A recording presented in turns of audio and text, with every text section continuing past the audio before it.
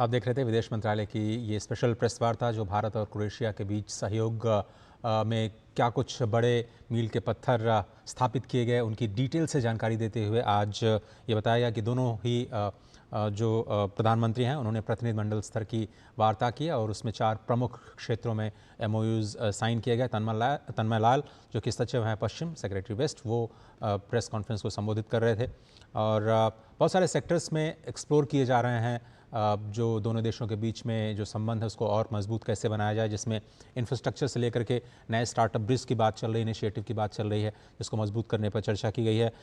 रक्षा क्षेत्र में पहले ही समझौते हो चुके हैं, कैसे उसमें इंडस्ट्रियल कोलैबोरेशंस किया जाए और कैसे आगे जाते हुए जॉइंट एक्सरसाइजेस की जाएँ, इसको लेकर के भी जेवी कंपनियों के बीच में जॉइंट वेंचर्स कैसे किए जाएँ, उसको लेकर के भी समझौता हुआ है। कृषि क्षेत्र को लेकर के जो समझौता हुआ है उसका जिक्र किया। संस्कृति और जो वहाँ पर भाषा को लेकर के जो समझौते हुए हैं उनको लेकर के भी हुआ है। आगे बढ़ते हैं और क्रोएशिया के राष्ट्रपति जोरान मिलोनोविच के साथ भी प्रधानमंत्री नरेंद्र मोदी ने मुलाकात की है। दोनों नेताओं ने आपसी हितों और साझा मूल्यों को लेकर के चर्चा की।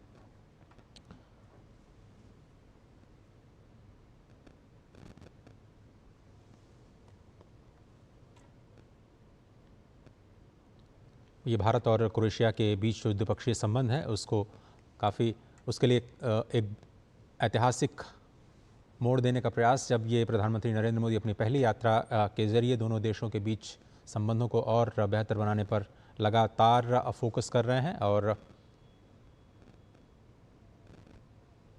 क्रोएशिया ने हमेशा भारत का सम्मान किया और भारत की जो G20 की अध्यक्षता है, वैश्विक मंचों पर जो भारत की भूमिका है, उसको क्रोएशियाई नेतृत्व ने लगातार सम्मान के साथ देखा है।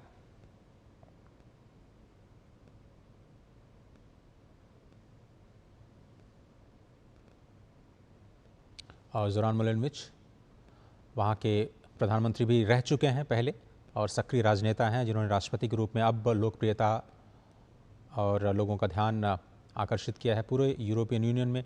उनका यूरोपियन यूनियन और नाटो को लेकर के जो दृष्टिकोण है, रक्षा शक्ति और विदेश नीति में जो उनकी भूमिका है, उनको क्रोएशिया की राजनीति में एक बहुत ही विशिष्ट व्यक्ति के तौर पर स्थापित करती है। और प्रतिनिधिमंडल स्तर की वार्ता के बाद राष्ट्रपति जोरान मिलोनोविच के साथ भारतीय प्रतिनिधिमंडल सदस्यों की मुलाकात कराते हुए प्रधानमंत्री नरेंद्र मोदी।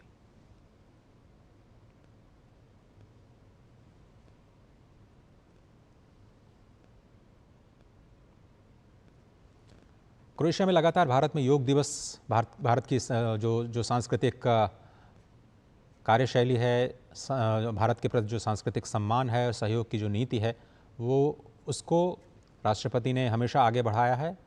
भले ही प्रत्यक्ष तौर पर दोनों देशों के बीच संवाद बीते कुछ सालों में स्पष्ट नजर न आया हो, क्योंकि ये प्रधानमंत्री की पहली यात्रा है, आधिकारिक यात्रा, और उसके बाद दोनों देशों के बीच जो संबंध है वो और भी बेहतर होने की उम्मीद है।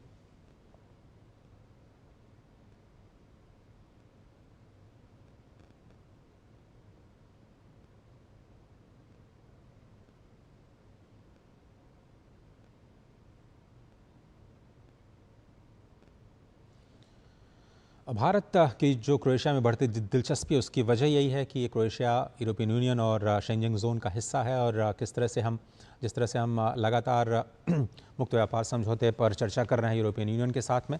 आप देखिए प्रधानमंत्री गर्मजोशी के साथ वहाँ क्रोएशिया के प्रतिनिधिमंडल के साथ मिले और फिर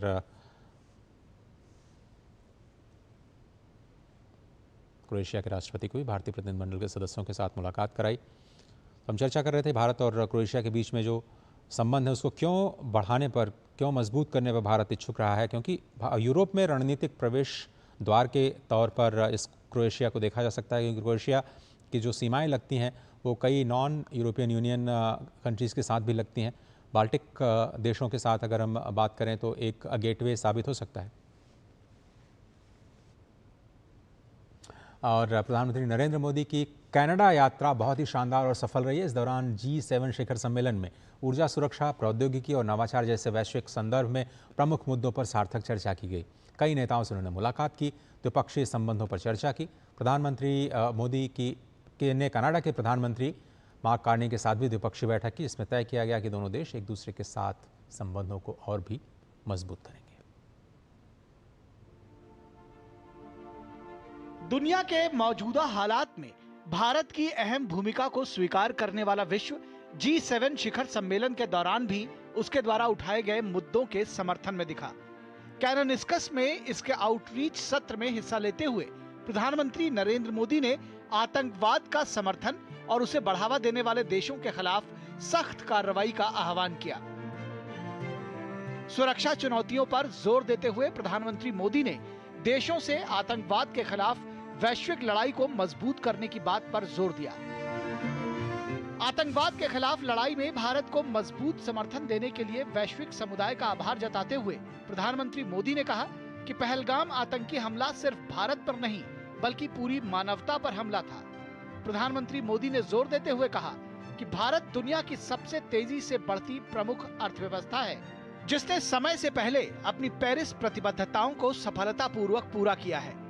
इसके साथ ही प्रधानमंत्री ने एक सस्टेनेबल और ग्रीन फ्यूचर के लिए भारत की प्रतिबद्धता पर प्रकाश डाला।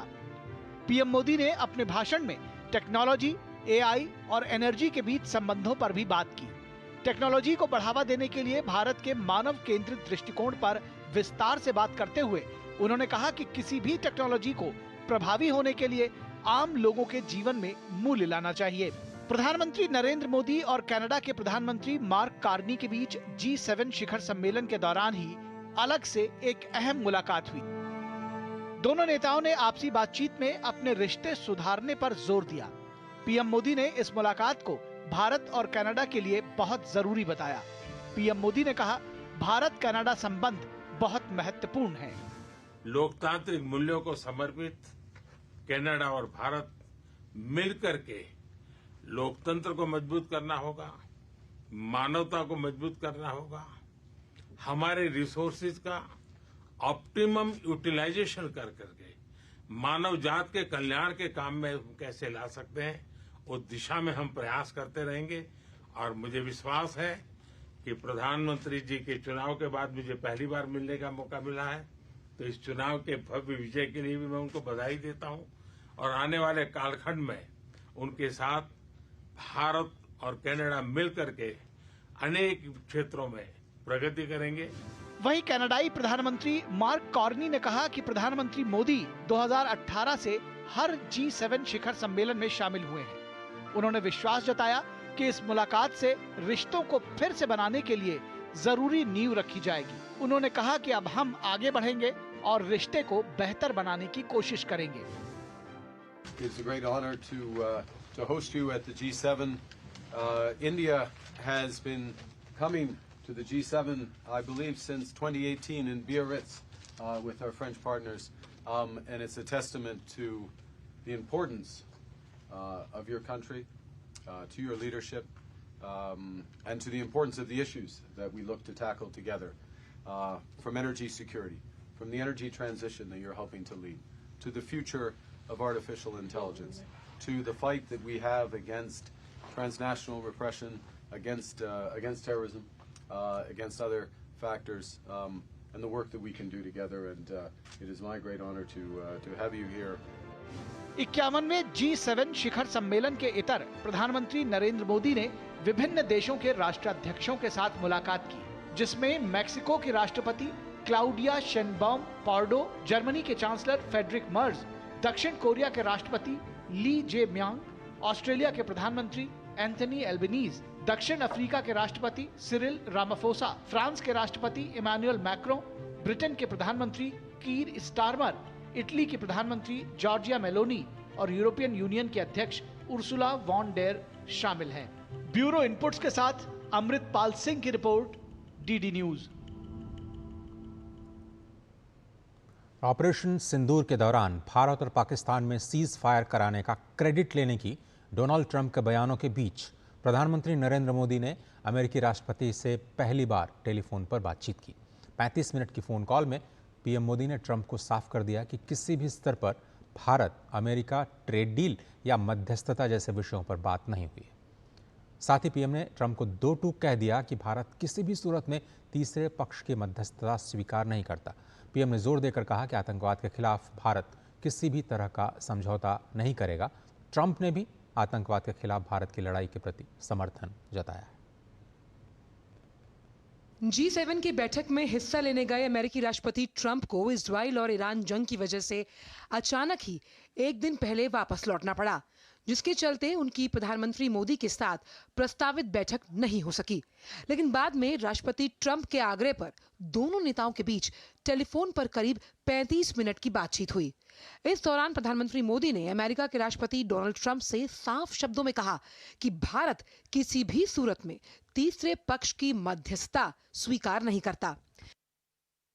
प्रधानमंत्री मोदी ने राष्ट्रपति ट्रंप को स्पष्ट रूप से कहा कि इस पूरे घटनाक्रम के दौरान कभी भी किसी भी स्तर पर भारत अमेरिका ट्रेड डील या अमेरिका द्वारा भारत और पाकिस्तान के बीच मध्यस्थता जैसे विषयों पर बात नहीं हुई थी।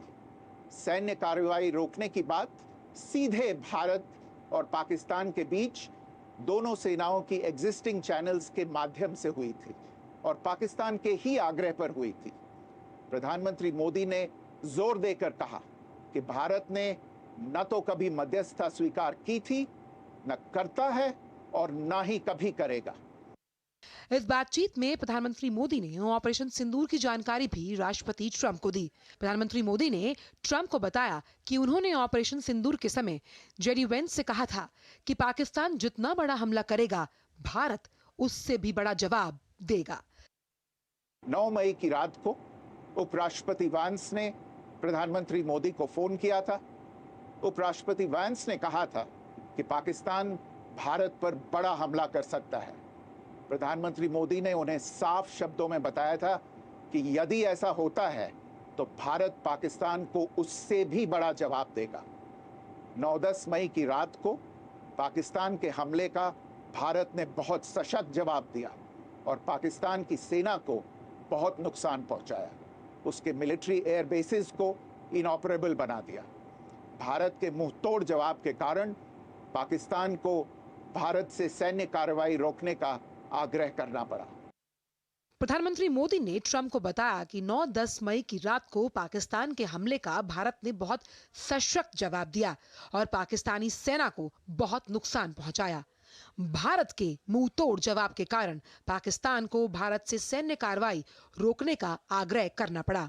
राष्ट्रपति ट्रंप ने प्रधानमंत्री द्वारा विस्तार में बताई गई बातों को समझा और आतंकवाद के खिलाफ भारत की लड़ाई के प्रति समर्थन व्यक्त किया। इस विषय पर भारत में पूर्ण रूप से राजनीतिक एकमत है। राष्ट्रपति ट्रंप ने प्रधानमंत्री द्वारा विस्तार में बताई गई बातों को समझा और आतंकवाद के खिलाफ भारत की लड़ाई के प्रति समर्थन व्यक्त किया। प्रधानमंत्री मोदी ने यह भी कहा कि भारत अब आतंकवाद को प्रॉक्सी वॉर नहीं, युद्ध के रूप में ही देखता है और भारत का ऑपरेशन सिंदूर अभी भी जारी है। राष्ट्रपति ट्रंप ने प्रधानमंत्री मोदी से पूछा कि क्या वो कनाडा से वापसी में अमेरिका रुककर जा सकते हैं। पूर्व निर्धारित कार्यक्रमों के कारण प्रधानमंत्री मोदी ने अपनी असमर्थता व्यक्त की। दोनों नेताओं ने तय किया कि वो निकट भविष्य में मिलने का प्रयास करेंगे। राष्ट्रपति ट्रंप और प्रधानमंत्री मोदी ने इजराइल ईरान के बीच चल रहे संघर्ष पर भी चर्चा की। रूस यूक्रेन संघर्ष पर दोनों ने सहमति जताई कि जल्द से जल्द शांति के लिए दोनों पक्षों में सीधी बातचीत जरूरी है और इसके लिए प्रयास करते रहना चाहिए। विदेश सचिव ने बताया कि प्रधानमंत्री ने इस दौरान ट्रंप को भारत आने का निमंत्रण भी दिया है। Bureau report, DD news. Iran और इजराइल के बीच चल रहे संघर्ष के कारण पैदा हुए संकट की स्थिति को देखते हुए भारत सरकार ने ईरान में रह रहे भारतीय नागरिकों की सुरक्षा के लिए ऑपरेशन सिंधु चलाया है। इस अभियान के पहले चरण में भारतीय दूतावास ने ईरान के उत्तरी हिस्से से 110 भारतीय छात्रों को सुरक्षित निकालकर 17 जून को आर्मेनिया पहुंचाया। इन छात्रों को सड़क मार्ग से आर्मेनिया की राजधानी येरेवान ले जाया गया, जहां भारत के ईरान और आर्मेनिया में स्थित दूतावासों की पूरी निगरानी में ये लोग रहे। ये छात्र 18 जून को दोपहर करीब 2:55 पर विशेष विमान से रवाना हुए और 19 जून की सुबह वे नई दिल्ली पहुंचेंगे। भारत सरकार ने इस सफल निकासी प्रक्रिया के लिए ईरान और आर्मेनिया की सरकारों का आभार व्यक्त किया है। भारत में विदेश मंत्रालय ने दिल्ली में एक 24/7 कंट्रोल रूम भी स्थापित किया है और तेहरान स्थित भारतीय दूतावास ने आपातकालीन हेल्पलाइन के जरिए ईरान में रह रहे भारतीयों से संपर्क बनाए रखने की अपील की है।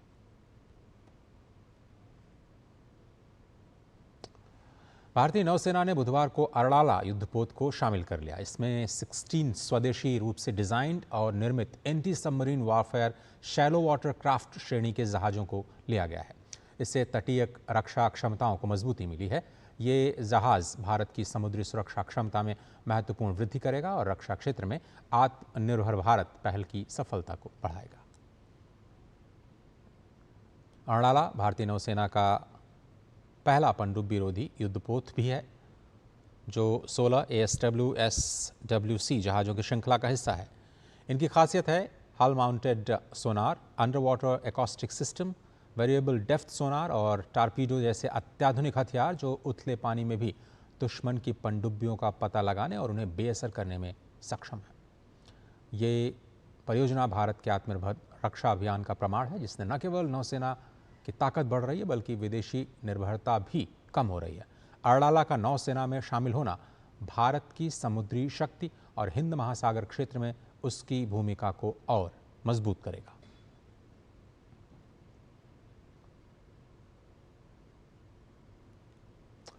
वित्त मंत्री निर्मला सीतारमण ने नई दिल्ली में आयोजित डिजिटल पेमेंट्स अवार्ड्स 2025 समारोह कार्यक्रम में विशिष्ट श्रेणियों के विजेताओं को पुरस्कार प्रदान किए।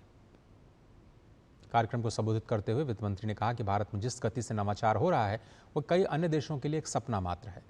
कई उन्नत देश हमारी फिनटेक कंपनियों द्वारा हासिल की गई नई गति के आसपास भी नहीं है। भारत का फिनटेक बाजार 2028-29 तक $400 बिलियन से अधिक हो जाने का अनुमान है, जो 30% से अधिक की अनुमानित वार्षिक वृद्धि दर्शाता है। Just in 3 years, nearly 700 entities as of end March 2025 across banking and insurance, securities, pensions have joined the account aggregator platform. It was only 24 in 2022. So 24 in 2022 is now 700 entities. Number of accounts linked through account aggregator is also an important data. It has soared to 15 crores now compared to 1.5 lakh in 22. Our fintech market is projected to grow to over $400 billion by 28-29. That's not too far away, just 3 years. केंद्रीय सड़क परिवहन मंत्री नितिन गडकरी ने एक बड़ी जानकारी की घोषणा की है। उन्होंने बताया कि 15 अगस्त से 3,000 रुपये की कीमत वाला जो फास्टैग है उस पर आधारित एक वार्षिक पास शुरू किया जा रहा है। ये पास सक्रिय होने की तिथि से 1 वर्ष तक या फिर 200 यात्राओं तक जो भी पहले हो वैध रहेगा।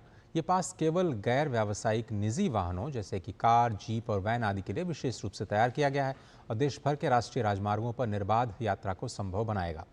वार्षिक पास के चालू करने और नवीकरण के लिए जल्दी ही राजमार्ग यात्रा ऐप और NHAI MORTH की वेबसाइट पर एक अलग से लिंक उपलब्ध कराया जाएगा, जिससे इस प्रक्रिया को और भी सरल और सुगम बनाने में सुविधा होगी। ये नीति 60 किलोमीटर के दायरे में स्थित टोल प्लाजा को लेकर के लंबे समय से आ रही चिंताओं का भी समाधान करेगी और ये पास टोल भुगतान को एक सुलभ लेन देन में बदलने में मदद करेगा।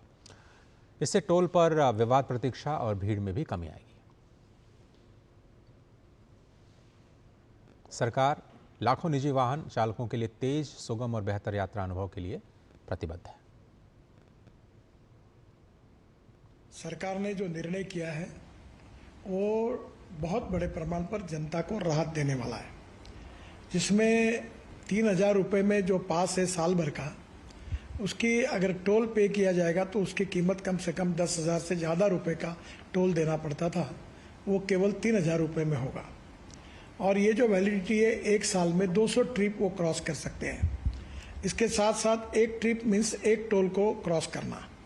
इसका फायदा ये होगा कि 200 ट्रिप्स यानी 200 टोल क्रॉस करना होगा और एक टोल क्रॉसिंग की एवरेज कॉस्ट केवल 15 रुपये पड़ेगी। कुछ जगह पर ये 80 रुपये है, 50 रुपये है, 100 रुपये है, तो ये केवल 15 रुपये हो जाएगी। और मान लीजिए एक टोल पर आप 50 रुपये भी देते हो तो 200 टोल क्रॉस करने पर उसकी कीमत 10,000 होगी। उसके बदले में आपको केवल 3,000 रुपये में ये पास मिलेगा। फ्रांस के एनेसी इंटरनेशनल एनिमेशन फेस्टिवल 2025 में फिल्म देसी ऊन ने वैश्विक स्तर पर भारत की एनिमेशन सफलता का नेतृत्व किया है। एक असाधारण सफलता की कहानी के लिए मशहूर एनिमेशन फिल्म निर्माता सुरेश एरियात की फिल्म ने जूरी पुरस्कार जीत करके भारतीय एनिमेशन को अंतर्राष्ट्रीय स्तर पर ख्याति दिलाई है। दरअसल क्रिएट इन इंडिया चैलेंज यानी CIC सरकार की एक ऐसी पहल थी जिसमें दुनिया भर के रचनाकारों को अपनी कल्पना प्रदर्शित करने का मौका मिलता है। एनिमेशन के लिए दुनिया के सबसे प्रतिष्ठित मंच पर देसी ऊन के लिए पुरस्कार जीतना निश्चित तौर पर भारत के एनिमेशन उद्योग के लिए एक महत्वपूर्ण उपलब्धि माना जा रहा है। देसी ऊन को हाल ही में क्रिएट इन इंडिया चैलेंज के तहत वेव्स अवार्ड्स ऑफ एक्सीलेंस 2025 में सर्वश्रेष्ठ फिल्म का ताज पहनाया गया था। NSE सम्मान के अलावा फिल्म को क्राफ्ट लायंस श्रेणी में कांस लायंस 2025 में भी शॉर्टलिस्ट किया गया, जो भारत के एनिमेशन उद्योग के लिए एक ऐतिहासिक उपलब्धि है। सूचना और प्रसारण मंत्रालय द्वारा वेव्स 2025 के तहत शुरू किया गया create in India challenge Bharat की रचनात्मक प्रतिभा को वैश्विक स्तर पर पहचान देने और उसे आगे बढ़ाने के लिए एक परिवर्तनकारी मंच के रूप में उभरा है।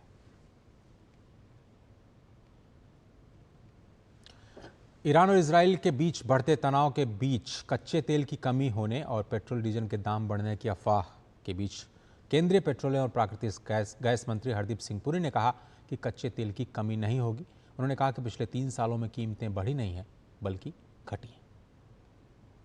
तेल की कमी नहीं, कच्चे तेल की कमी नहीं होने वाली है और हमारी पूरी कोशिश ये रहेगी कि जो प्राइसेस हैं वो पिछले 3 साल से तो कहीं बढ़ी नहीं, उल्टा कम हुई है और आने वाले समय में भी कोई भारत एक ऐसा देश है जहां पेट्रोल और डीजल के दाम बढ़ाता नहीं है। तीन ऐसे मौके आए, नवंबर 2021, मई 2022 और मार्च 2024 में हमने दाम कमी किया। तो अब वैसे ही रहें तो मुझे लगता है कि ठीक होगा। केंद्रीय मंत्री डॉक्टर जितेंद्र सिंह ने कहा है कि आगामी अमरनाथ यात्रा की सुरक्षा व्यवस्था को लेकर के प्रशासन पूरी तरह से आश्वस्त है। आज नई दिल्ली में केंद्रीय मंत्री ने कहा कि कल ही केंद्रीय गृह सचिव ने श्रीनगर में अमरनाथ यात्रा की तैयारियों को लेकर समीक्षा बैठक की थी। उन्होंने कहा कि पहलगाम आतंकी हमले के बाद कश्मीर घाटी में पर्यटकों की आवाजाही फिर से शुरू हो गई है और पर्यटकों में पहले की ही तरह उत्साह बना हुआ है। अमरनाथ यात्रा को लेकर के प्रशासन पूरी तरह से आश्वस्त है। अभी कल ही गृह सचिव भी गए हुए थे श्रीनगर, बड़ी विस्तृत बैठक ली है उन्होंने वहाँ के प्रदेश प्रशासन के साथ भी। और इस बार 38 दिन की यात्रा होने वाली है और जहाँ तक फुटफॉल का संबंध है, आपने देखा होगा कि पर्यटकों का उसी तरह से आना जाना प्रारंभ हो गया है। ये शंकाएं थी पहलगाम को लेकर के, उसके बावजूद और पिछले 2-3 साल से तो इतना ज़्यादा फुटफॉल होता रहा कि होम स्टे की प्रथा पहली बार कश्मीर घाटी में शुरू हुई है, जो पहले कभी देखने को नहीं मिलती थी। पूर्वोत्तर में हुआ करता था होम स्टे। तो मुझे लगता है कि पर्यटकों का उत्साह उसी प्रकार से बना हुआ है। International advertising association India chapter द्वारा आयोजित एक सशक्त और भविष्योन्मुखी सत्र में प्रसार भारती के अध्यक्ष नवनीत कुमार सहगल ने भारत के सार्वजनिक प्रसारक के भविष्य के लिए एक महत्वाकांक्षी दृष्टिकोण की रूपरेखा प्रस्तुत की है। भविष्य की चुनौतियों और अवसरों पर बोलते हुए प्रसार भारती के अध्यक्ष श्री सहगल ने कहा कि प्रसारक को जनता के साथ जुड़े रहना चाहिए, उनका मनोरंजन करना चाहिए और उन्हें जोड़े रखना चाहिए। all of our stuff, your OTT, entertainment, TV, radio, all into this. No, I tell my people that maybe another 10-15 years you may not see TV. All of our functions are on smartphone. Then get and improve your content. So that's what now we are working on to get the better content. How do we engage the young minds? And we are now going to put a section of games also in this.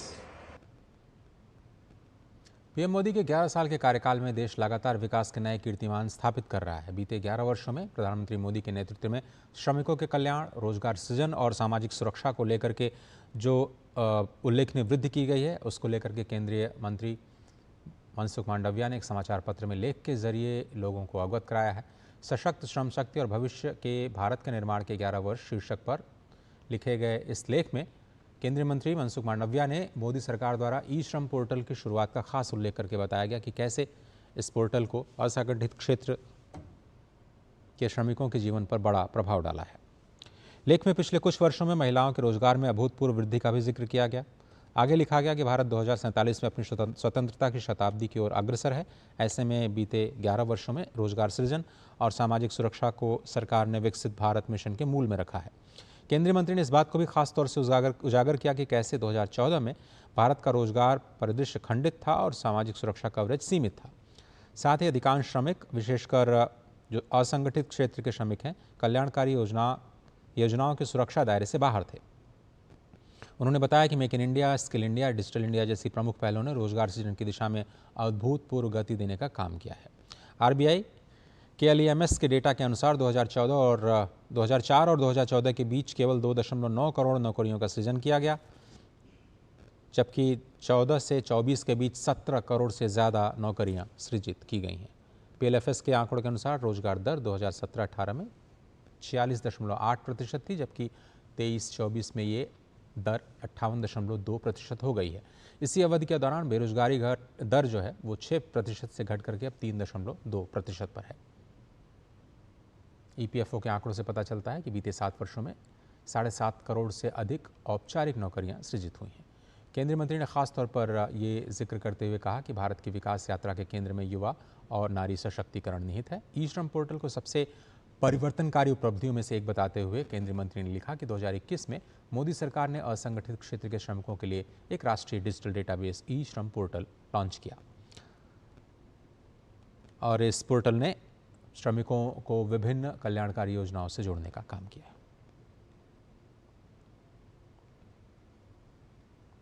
Covid महामारी के बाद किसी दूसरी महामारी से निपटने के लिए पुणे के नेशनल इंस्टीट्यूट ऑफ वायरोलॉजी ने अब पूरी तैयारी कर रखी है। विश्व के कई देशों में कोविड के बाद मंकी पॉक्स तेजी से फैला था। भारत कैसे मंकी पॉक्स की चुनौती से निपटा, इस पर national institute of virology Pune की वैज्ञानिक डॉक्टर प्रज्ञा यादव से बातचीत की डीडी न्यूज संवाददाता नितेंद्र सिंह ने। कोविड महामारी के बाद बहुत सी ऐसे नए वायरस भी सामने आए हैं जिनको NIV पुणे ट्रैक करता है। इस वक्त हमारे साथ हैं डॉक्टर प्रज्ञा यादव जो साइंटिस्ट है NIV पुणे की। मैम, कोविड के बाद बहुत से नए वायरस आए, उसको कैसे NIV ट्रैक कर रहा है, उसकी क्या स्थिति है, कैसे उस पर आगे बढ़ा जाए? कोविड के बाद जो एक डिजीज़ इमर्ज हुई है मंकी पॉक्स जिसको आप कहते हैं, जो पॉक्स फैमिली में आती है, जो स्मॉल पॉक्स आप लोग जानते हैं, जिसका इरेडिकेशन 1978 में हुआ था बहुत सारे वैक्सीनेशन एफर्ट्स करने के बाद। और ये डिजीज़ विश्व के कुछ ही देशों में सीमित थी, बट सडनली ये स्प्रेड होने लगी। 2024 में इसकी एक और ज़्यादा पैथोजेनिक स्ट्रेन जिसको क्लैड 1 भी कहते हैं वो भी फैली, और उसके लिए हमने बहुत सारे एफर्ट्स किए, लेबोरेटरीज़ को प्रिपेयर किया, डायग्नोस्टिक बनाई, सीक्वेंसिंग लेबोरेटरीज़ को प्रिपेयर किया, और साथ में हमने जो हमारे लेबोरेटरी पार्टनर्स हैं, जो स्पेशली जो प्राइवेट कंपनियां हैं, उनको सपोर्ट किया जिससे वो नए टेस्ट बना सके और हमारे देश में अब अवेलेबल भी है। उसकी वजह से हम इन सारे केसेस को टाइमली डिटेक्ट कर पा रहे हैं, उनका ट्रीटमेंट हो रहा है। ये नीपा और जो बाकी जीका वायरस है, इस तरह के जो वायरस, नीपा तो आपको पता ही कि 2018 में जब केरला का आउटब्रेक हुआ तब से हर साल एक या दो केसेस होते रहे हैं, और उसके लिए भी हमने इंडिजिनस किट, डायग्नोस्टिक, हमने सर्वेलेंस उसका इन्हांस किया, और साथ में भी बहुत सारी हमारी VRDL लैब को हमने इक्विप किया है। इवन जो हमारे नेशनल वन हेल्थ मिशन के अंडर जो BSL-3 लैब नेटवर्क बनाया उनको भी इक्विप कर रहे हैं, जिससे कि हमारा जो डायग्नोसिस है वो फास्ट ट्रैक हो जाए। साथ में एक national joint outbreak response team बनाई है नेशनल वन हेल्थ मिशन के अंडर, जिसमें सारी डिफरेंट मिनिस्ट्री के लोग साथ में मिलकर काम करेंगे। नई नई जो बीमारियां आ रही हैं, नए नए वायरस है, उनको डिटेक्ट करने के लिए और उनसे जो चुनौती है उससे निपटने के लिए तमाम कदम NIV पुणे की तरफ से उठाया जा रहा है। कैमरामैन ललित के साथ Nitendra Singh, DD news, NIV Pune. Shanghai में भारत के महावाणिज्य दूतावास ने वुशी जियांगसू प्रांत में प्रतिष्ठित लिंगशान बुद्ध कॉम्प्लेक्स में 11वें अंतर्राष्ट्रीय योग दिवस का भव्य समारोह आयोजित किया गया। इस कार्यक्रम में स्थानीय निवासियों, भारतीय प्रवासियों और छात्रों समेत 100 से ज़्यादा प्रतिभागियों ने हिस्सा लिया। इसका उद्देश्य योग की प्राचीन भारतीय पद्धति को बढ़ावा देना और भारत चीन के मध्य सांस्कृतिक संबंधों को मजबूत करना। इस आयोजन ने योग की सार्वभौमिक अपील को दर्शाया। सामूहिक योग सत्र में शारीरिक और मानसिक स्वास्थ्य को बढ़ावा देने के लिए आसन, प्राणायाम और ध्यान का मिश्रण प्रस्तुत किया गया।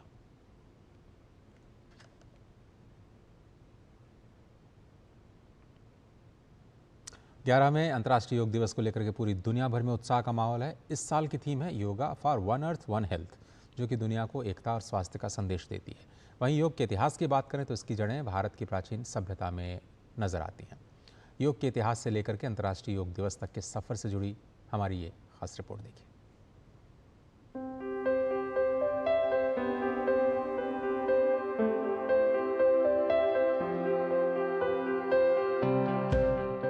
दुनिया भर में हर साल 21 जून को अंतर्राष्ट्रीय योग दिवस मनाया जाता है। पूरा विश्व 11वें अंतर्राष्ट्रीय योग दिवस मनाने की तैयारी में जुटा है। वर्ष 2025 की थीम है yoga for one earth one health, जो कि एकता और स्वास्थ्य का संदेश देती है। योग महान गुरुओं की समर्पित साधना का परिणाम है, जिन्होंने इस परंपरा को युगों युगों तक जीवित रखा। योग के इतिहास की बात करें तो यह भारत की प्राचीन सभ्यता की गहराई में निहित है, जो हजारों वर्षों में विकसित हुआ।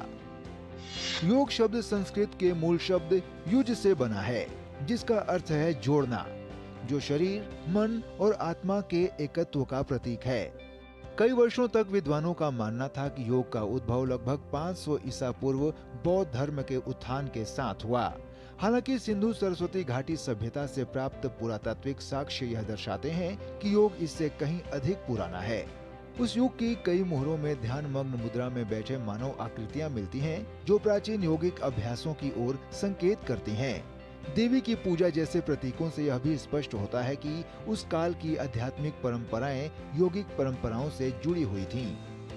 योग की जड़ें वैदिक काल तक जाती हैं, जहां यह उपासना और अनुष्ठानिक जीवन का अभिन्न हिस्सा था।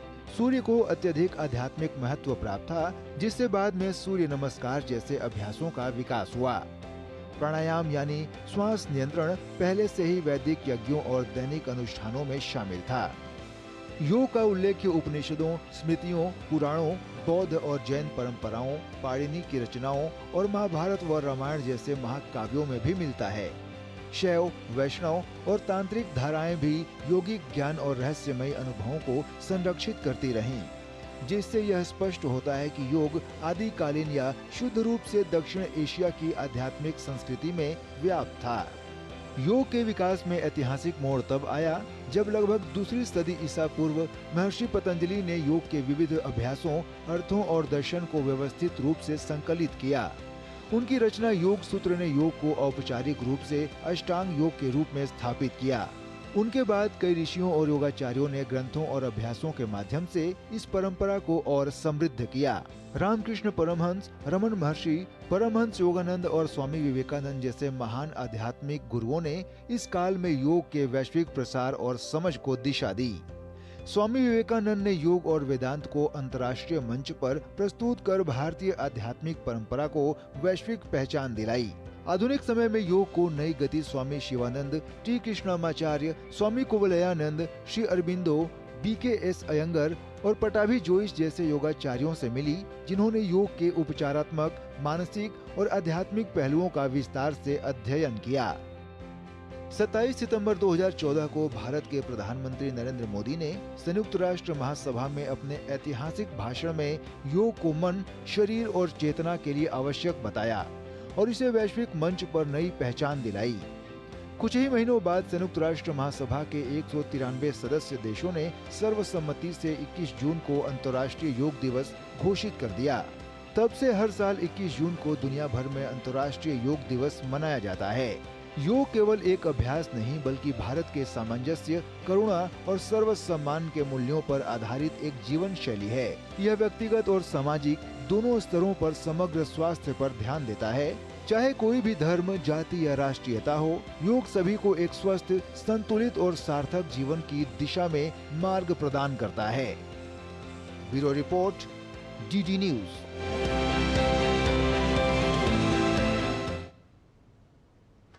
राजस्थान के कोटपुतली बहरोड़ में योग गुरु पूरणमल यादव योग से स्वस्थ जीवन शैली का संदेश दे रहे हैं। प्रधानमंत्री नरेंद्र मोदी द्वारा योग के प्रति जागरूकता इस अभियान में सहयोग देकर के अधिक से अधिक लोगों तक इसे कैसे पहुंचाया जाए, उस पर काम लगातार जारी है। योग गुरु पूर्णमल यादव ने सेना की नौकरी छोड़ दी और 17 सालों से 1000 से ज़्यादा स्कूल कॉलेजेस में जाकर के वो 8 लाख विद्यार्थियों को अब तक योग प्रशिक्षण दे करके जागरूक कर चुके हैं। भारत के प्रधानमंत्री श्री नरेंद्र मोदी ने विश्व पटल पर योग को पहुंचाकर पूरे विश्व को योग करने के लिए जागृत किया गया। एक पृथ्वी एक स्वास्थ्य के लिए योग अभियान के लिए मैं देश के प्रत्येक व्यक्ति और विदेशों में योग को पहुंचाना और जोड़ना मेरा उद्देश्य है। मैंने अपना पूरा जीवन योग को समर्पित कर दिया है। पूरी दुनिया में आगामी 21 जून को विश्व योग दिवस मनाया जाएगा। इस दिन राजस्थान के गुलाबी नगरी यानी जयपुर समेत पूरा प्रदेश योगमय होगा। अंतर्राष्ट्रीय योग दिवस को लेकर के कई दिनों से जयपुर में तैयारियां नजर आ रही हैं। SMS स्टेडियम में अंतर्राष्ट्रीय योग दिवस का मुख्य कार्यक्रम आयोजित किया जाएगा। वहीं योग दिवस पर कई संस्थाओं द्वारा भी योगाभ्यास कराए जाएंगे।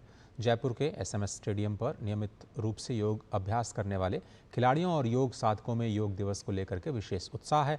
देखिए DD न्यूज़ संवाददाता महेश दाधीच की ये स्पेशल रिपोर्ट। जयपुर के SMS स्टेडियम पर जो तमाम खिलाड़ी हैं जो लगातार योग करते हैं और योग को अपनाने का संदेश देते हुए नजर आ रहे हैं, वो यहाँ पर हमारे साथ में इस समय बातचीत के लिए मौजूद हैं। उनके लिए योग क्यों ज़रूरी है, बातचीत करते हैं। योग को आपने अपनाया है? जी, हम क्रिकेट में खिलाड़ी हैं और योग हमारे खेल में प्रैक्टिस करने से पहले और प्रैक्टिस करने के बाद दोनों में काम आता है, जो हमारे शारीरिक और दोनों दिमाग को स्टेबल रखने में बहुत उपयोगी है। तो हेल्थ को भी फिट रखता है, मेंटली भी फिटनेस, और क्योंकि खेल में एकाग्रता ज़रूरी होती है, तो उस लिहाज से बेहद महत्वपूर्ण है आपके लिए योग। योग हमारे लिए उतना ही इम्पोर्टेंट है जितनी एक गेम में प्रैक्टिस की नीड होती है। योगा से हमारा मेंटल हेल्थ, शारीरिक विकास सब कुछ होता है, तो एक गेम में हमें योगा को उतना ही इम्पोर्टेंस देनी चाहिए जितनी कि हम प्रैक्टिस को देते हैं। खिलाड़ियों के साथ में योगाचार्य भी यहाँ पर स्टेडियम पर मौजूद हैं, उनसे मैं बात करने की कोशिश करूँ। जन जन योग से जुड़ा हुआ नजर आता है। योग से हमें सब 3 चीज़ें मिलती है: स्ट्रेंथ, स्टेबिलिटी, स्ट्रेचिंग।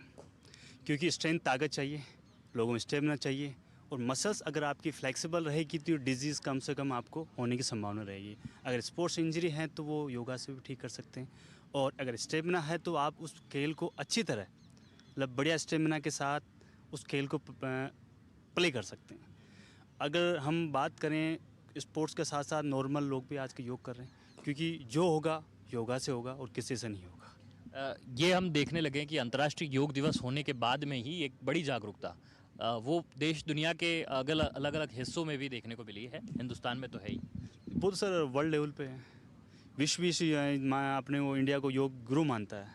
वो पद्धति हमारी है, वो इस चीज़ को अनुसरण कर रहे हैं, और मोदी जी ने इस चीज़ को 2015 में लागू किया है। तो हम चाहते हैं कि हर साल की बात ही हर जन जन तक योग पहुँचे, हर आदमी योग करें, योग से अपने आप को तंदुरुस्त और शारीरिक मानसिक फुर्तीला फिट रखें। क्या हम शॉर्ट योगा ऐसे कर सकते हैं जो कि बहुत मददगार हो आम जीवन के लिए, आम जिंदगी के लिए, तो हम उनको अपना सकते हैं? आसन से आपके पोस्चर अच्छे होंगे, चलने में सही रहेगा, घबराहट नहीं होगी। बहुत सी चीज़ें हैं जो अपने आप को स्ट्रॉन्ग करता है योगा, आपके मानसिक शारीरिक पोस्चर को अच्छा करता है। कैमरा पर्सन राकेश पटेल के साथ महेश दाधीच, DD न्यूज़, जयपुर। देश भर में आगामी योग दिवस को लेकर के तैयारियां तेज हो गई हैं। इसी कड़ी में उत्तराखंड के ऋषिकेश में भी योग को लेकर के खासा उत्साह है। परमार्थ निकेतन में गंगा के पावन तट पर भी योग दिवस अद्भुत तरीके से मनाए जाने की तैयारियां की जा रही हैं। 30 देशों के एम्बेसडर्स और हाई कमिश्नर के साथ ही कई देशों से योग के जिज्ञासु ऋषिकेश में योग करने के लिए ऋषिकेश पहुंच रहे हैं। इस बार वैश्विक योग उत्सव की 11वीं वर्षगांठ की जो थीम है वह एक पृथ्वी एक स्वास्थ्य के लिए योग। इस मौके पर परमार्थ निकेतन आश्रम के अध्यक्ष और आध्यात्मिक प्रमुख चिदानंद मुनि ने प्रधानमंत्री नरेंद्र मोदी की सराहना करते हुए कहा कि आज उन्हीं के प्रयासों से हम वैश्विक स्तर पर योग कर रहे हैं। प्रधानमंत्री का ये सबसे पहला और सबसे बढ़िया योगदान मुझे लगता है यही, जब उन्होंने यूनाइटेड नेशंस में पहली बार एक मास्टर स्ट्रोक दिया और उन्होंने कोई संकोच नहीं किया कि आज AI एज में हम जी रहे हैं, लेकिन AI एज से RI एज, जो ऋषियों की इंटेलिजेंस है, वो ये योग है, ये आयुर्वेद है, ये ध्यान है। उन्होंने ये प्रस्ताव रखा यूनाइटेड नेशंस में। प्रस्ताव 177 देशों द्वारा स्वीकार हुआ और आज आप देख रहे हैं पूरा विश्व योगमय हो गया है। अंतर्राष्ट्रीय योग दिवस 2025 से पहले पश्चिमी सेना पूरे क्षेत्र में योग जागरूकता का नेतृत्व कर रही है। इस अवसर पर सेना द्वारा सीमावर्ती क्षेत्रों से जो स्कूल हैं वहां से लेकर के सैन्य स्टेशंस तक, बच्चों से लेकर के बुजुर्गों तक, अस्पतालों में मरीजों से लेकर के पैराप्लेजिक रिहैब सेंटर्स तक योग शिविर का आयोजन किया जा रहा है।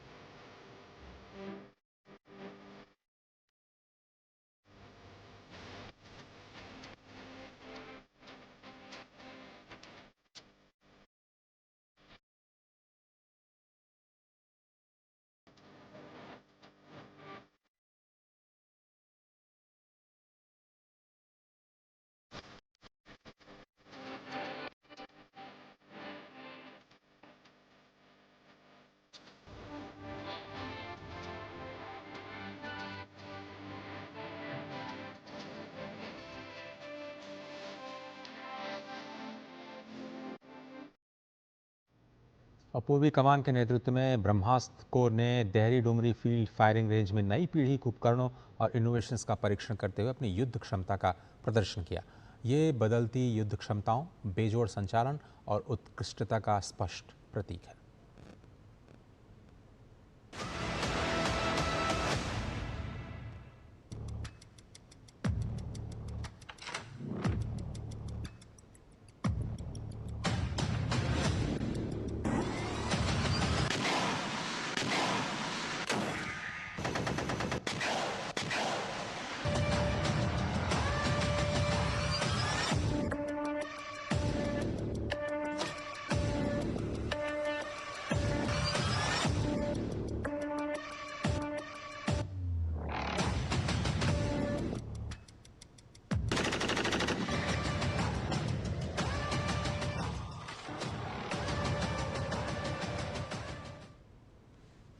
मोदी सरकार के 11 वर्ष के सफर पर गौर करें तो धरती से आकाश तक आमूलचूल बदलाव हुए।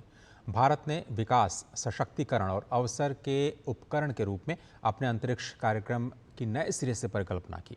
यह परिवर्तन केवल रॉकेट उपग्रहों से संबंधित नहीं है, बल्कि ये लोगों के जीवन के बारे में है। विज्ञान और प्रौद्योगिकी मंत्री जितेंद्र सिंह ने एक समाचार पत्र में एक लेख के माध्यम से पिछले 11 वर्षों में भारत की अंतरिक्ष यात्रा को लेकर के चर्चा की। पिछले 11 वर्षों में भारत की अंतरिक्ष यात्रा पर नजर, इस शीर्षक के तहत लिखे गए इस लेख में केंद्रीय मंत्री जितेंद्र सिंह ने बताया कि केरल के थुम्बा में मछली पकड़ने वाले एक शांत गांव के चर्च यार्ड से साउंडिंग रॉकेट के प्रक्षेपण के साथ शुरू हुई भारत की अंतरिक्ष यात्रा के बारे में शायद ही किसी ने कल्पना की होगी कि एक दिन देश इन नई ऊंचाइयों को छुएगा। सपना विकसित होकर के अभी एक राष्ट्रीय मिशन का रूप अख्तियार कर चुका है।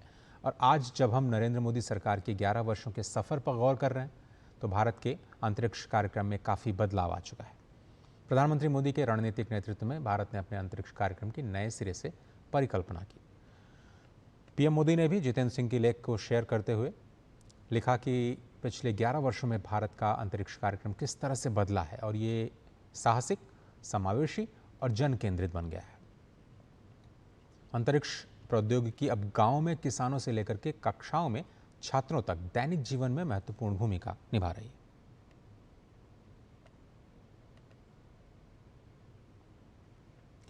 ट्रांसजेंडर्स को रोजगार सहायता उपलब्ध कराने के लिए ट्रांस एम्प्लॉयमेंट मेले के तीसरे संस्करण का आयोजन नई दिल्ली में किया गया। केंद्रीय सामाजिक न्याय और अधिकारिता मंत्रालय और स्वयंसेवी संस्थाओं के सहयोग से इस मेले का आयोजन किया गया, जिसका उद्देश्य है ट्रांसजेंडर और नॉन बाइनरी व्यक्तियों के लिए रोजगार यानी प्लेसमेंट को सुरक्षित करना, जिसमें 20 से ज़्यादा कंपनियों ने भागीदारी की। मेले में job interviews, sensitisation workshops, networking सत्र और पैनल डिस्कशंस भी किए गए। कार्यक्रम में सामाजिक न्याय और अधिकारिता मंत्री डॉक्टर वीरेंद्र कुमार सहित देश भर में आए बड़ी संख्या में ट्रांसजेंडर्स और उनके लिए काम करने वाली संस्थाओं के प्रतिनिधि शामिल हुए। कार्यक्रम में शामिल ट्रांसजेंडर्स ने उद्यमशीलता को लेकर के अपने अनुभव भी साझा किया।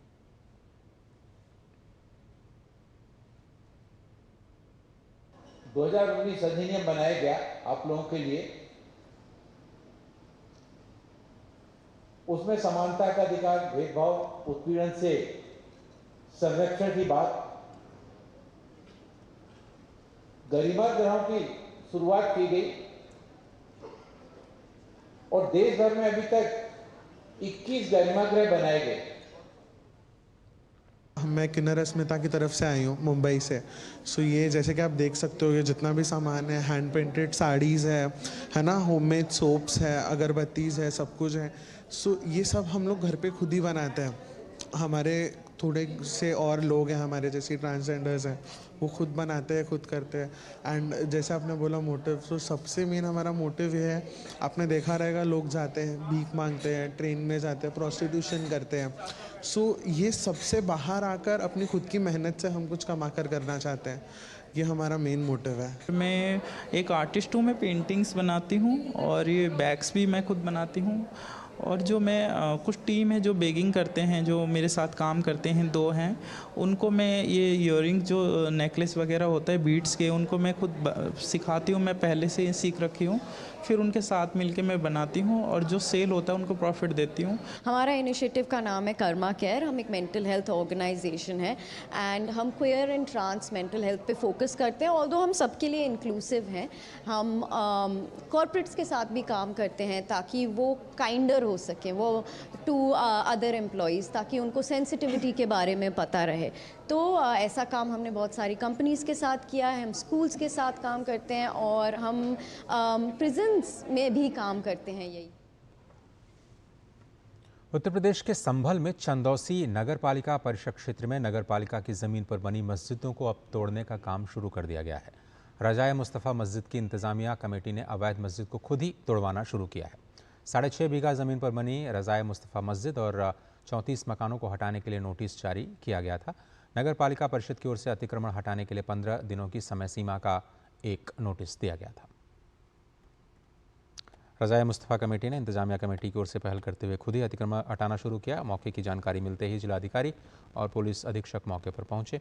इसकी जानकारी देते हुए जिलाधिकारी डॉक्टर राजेंद्र पैसिया ने बताया कि कुछ लोगों ने खुद ही ध्वस्तीकरण प्रारंभ किया है, जो कि स्वागत योग्य है। दिया गया है और सार्वजनिक भूमि के ऊपर कोई भी मकान, वाणिज्यिक स्थल या अन्य कुछ ध्वस्त करने से पहले उनको नोटिस दिया जाता है। तो यही कार्रवाई की गई। इसी क्रम में हमने भी भ्रमण किया। तो नगर पालिका परिषद चंदौसी और एसडीएम साहब के द्वारा संयुक्त रूप से कार्रवाई की जा रही है। कुछ लोगों ने स्वतः ध्वस्तीकरण भी आरंभ किया है, जो कि स्वागत योग्य है। जब पता चलता है व्यक्ति को वो गलत है तो अपने आप की चीजें ठीक करता है। उसके अतिरिक्त भी यहाँ अतिक्रमण है तो पूरे स्थल की पैमाइश करने और उस पर कार्रवाई करने के लिए कहा गया। सरकार ट्रांसजेंडर्स के लिए कल्याण के लिए लगातार काम कर रही है और सरकार ने ट्रांसजेंडर्स के अधिकारों के लिए 2019 में ट्रांसजेंडर अधिकार अधिनियम के साथ ही देश में गौरव गृह की स्थापना की। सरकार ट्रांसजेंडर्स को शिक्षा, स्वास्थ्य और रोजगार के लिए विभिन्न स्तरों पर भी प्रयास कर रही है, जिससे उन्हें मुख्य धारा में जोड़ा जा सके। ये कहना है केंद्रीय सामाजिक न्याय और अधिकारिता मंत्री डॉक्टर वीरेंद्र कुमार का। हमारे वरिष्ठ सहयोगी अजीत द्विवेदी ने उनसे खास बातचीत की। केंद्रीय मंत्री डॉक्टर वीरेंद्र कुमार जी हमारे साथ हैं। सर, ट्रांसजेंडर को लेकर किस तरीके से काम कर रही है सरकार और क्या क्या योजनाएं हैं जिनसे लाभ मिल रहा है? देश के प्रधानमंत्री आदरणीय नरेंद्र मोदी जी ने पहल करके जिस तरह से जब वो लाभवंचित समुदाय की बात करते हैं तो ये हमारा ये समुदाय भी उसमें आता है। इनकी भी चिंता उनके द्वारा व्यक्त की गई और 2019 अधिनियम पारित किया गया, जिसमें उनके पहचान पत्र बनना, उनके प्रमाण पत्र बनना, उनके लिए गरिमा गृहों की स्थापना प्रारंभ की गई। आज 21 गरिमा गृह देश भर में बनाए गए हैं, जिसमें उनको भोजन, आवास, चिकित्सा, स्वास्थ्य, स्किल ट्रेनिंग, ये सारे प्रोग्राम वहाँ पर दिए जा रहे हैं। उनको भेदभाव समाप्त हो, उत्पीड़न समाप्त हो, इस तरह की घटनाएं घटित होने पर अत्याचार की उनको विधिक सहायता भी प्रदान की जाने की पहल की गई है। और यहाँ पर जो ट्रांस रोजगार मेले का तीसरा आयोजन ये किया गया है। इस मेले में लगभग कॉर्पोरेट जगत की 47 कंपनियाँ इसमें पार्टिसिपेट की। लगभग 100 हमारे ट्रांसजेंडर समुदाय के बंधुओं को इसमें पर और ज़्यादा बातचीत करने के लिए हमारे साथ हमारे संवाददाता शैलेंद्र मिश्र जुड़ रहे हैं सीधे क्रोएशिया की राजधानी से। शैलेंद्र, बहुत धन्यवाद। किस तरह से आप समअप करना चाहेंगे और क्या कुछ बड़े हाइलाइट्स रहे इस ऐतिहासिक यात्रा के? देखिए अजय, प्रधानमंत्री नरेंद्र मोदी जब क्रोएशिया पहुंचे, हमने देखा कि उनका भव्य स्वागत किया गया। एयरपोर्ट पर खुद क्रोएशिया के प्रधानमंत्री उन्हें रिसीव करने पहुंचे थे और जब होटल वो पहुंचे तो करीब 200 भारत के लोगों जो यहाँ पर अलग अलग जगहों पर काम करते हैं, उन्होंने भव्य स्वागत किया। क्रोएशिया के कई लोग थे, पारंपरिक तरीके से मंत्रोच्चारण और जो भारतीय जो संगीत है या फिर क्लासिकल डांस है, कथक, उसके जरिए प्रधानमंत्री नरेंद्र मोदी का स्वागत किया गया। ये अपने आप में दर्शाता है कि कितना महत्वपूर्ण प्रधानमंत्री नरेंद्र मोदी का दौरा ये है। पहले प्रधानमंत्री हैं, भारतीय प्रधानमंत्री, जो क्रोएशिया के दौरे पर आए हैं। देखिए, भारत अब उन देशों तक भी अपनी साझेदारी मजबूत कर रहा है जो भले ही बहुत बड़े देश नहीं है, लेकिन उनकी भूमिका बहुत महत्वपूर्ण है। ईयू का सबसे यंगेस्ट मेंबर है क्रोएशिया और आबादी कुल 40 लाख के करीब है, लेकिन तकरीबन इतने ही लोग यूरोप के तमाम देशों में रहते हैं। आबादी भले ही ज्यादा ना हो, लेकिन तकनीक में महारत हासिल है और अग्रणी भूमिका एक तरह से देखें तो निभा सकते हैं। ईयू में बहुत महत्वपूर्ण है, FTA होना है, उस दिशा में देखें प्रगति हो रही है।